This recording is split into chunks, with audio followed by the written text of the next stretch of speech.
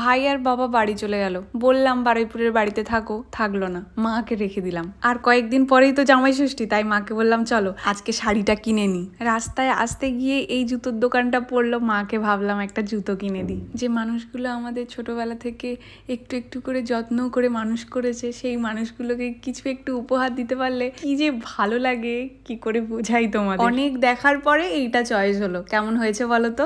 বিয়ের জুতো যেবারে কিনতে আসি তোমরা অনেকেই বলেছিলে যে এখানকার জুতোর কালেকশন বেশি নেই, এটা কিন্তু সত্যি। নিউ মার্কেটে যে ব্রাঞ্চটা, ওখানে প্রচুর অপশন। এবারে যাব শাড়ি দেখতে। এবছরে তো আমাদের প্রথম জামাই ষষ্ঠী, আর সব থেকে বড় কথা এবছরে না খুব আনন্দ হবে। কেন বলো তো? দিদাও আমাদের বাড়িতে আসবে, মানে দিদা বাবার জামাই ষষ্ঠী করবে, আর মা আর মাসি ওর জামাই ষষ্ঠী করবে। অনেক দেখার পরে এইটা আর ইয়েলোটা দুটো পছন্দ হলো, নিয়ে নিলাম। কেমন হয়েছে শাড়িগুলো জানিও।